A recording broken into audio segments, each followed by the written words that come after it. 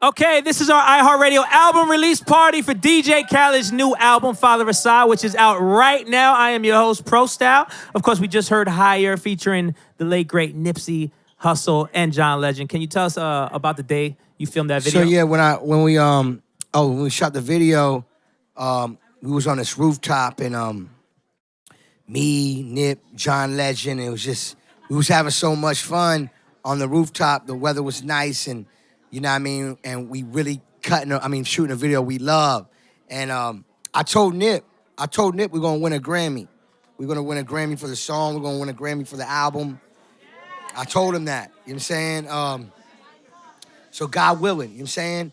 But I want to talk about how the record got recorded. Okay. You know, the record got recorded, you know, he came by my house, we had lunch, and we sat down by the pool and we were just having a conversation, not even about music. You know, we was talking about family, my kids, his kids. We were talking about entrepreneurship and, you know, as leaders, you know, what we could do to, you know, to do things even greater and, you know, how to invest the money and, you know, just great convo. But also we talked about was, I asked him, I said, you know, Nip, you know, I always felt like you was mixed with something. And I thought he was mixed with Arabic because I'm Arabic, I'm Palestinian. And I was like, for some reason, I just thought he was mixed with Arabic. Okay. And he's like, nah, he told me where he was from. And I was like, man, that's beautiful. And then he told me about what his name is what his name meant. And I was like, man, you know, my name means this. And I told him what my son's name. He was telling me about his kids. And he was telling me about his mother and his grandmother. He was, you know, we was having real conversation. Beautiful family talking. And I was just like this, listening.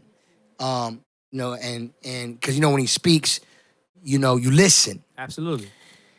And that type of energy. Yeah, sure. and beautiful energy. Yeah. So then we went after we ate lunch, we walked to the studio. So while I was walking to the studio, I was like, yo, Nip, you know what we talked about outside, that was beautiful. I said, man, you should put that in a song one day.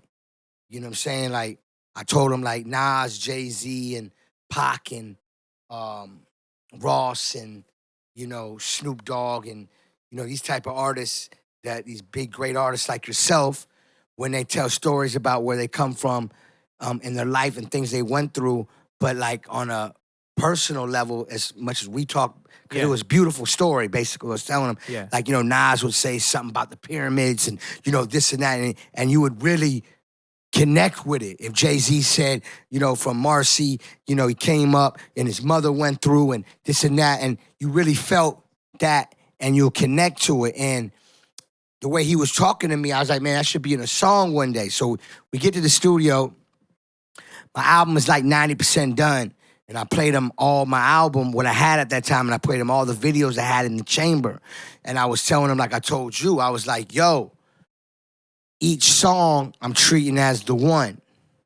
So I'm not just putting you on a song. Because I told myself on this album, I'm not just putting anybody on a song. It got to be the one. Yeah. So each song is a single. Yeah, each song is a single. Absolutely. And I wanted him to know how important my album was and how passionate I was. So I told him, I played him the album. He's like, man, it's really dope. Like, he really liked it. And then I was like, let me play you the song I want you on. So I played, bless you. I played him the song. I played him a song that I wanted Love him on. right there. Yeah. And the beat came on, and he was just like vibing. You know what I'm saying? He was vibing, and he liked it. And I was like, man, I can hear your voice cutting through this sample and this beat. And I told him I had an idea on the hook. And I said, I want to get a big boy sing on it. You know what I'm saying? Like a John Legend. And so I was like, yo, you want me to play you the hook? And he's like, nah, don't play me the hook. So that right there caught my attention of, oh, he's a special one.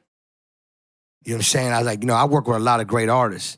And some of the greats, they all got something extra special about them. And he's like, don't play me the hook.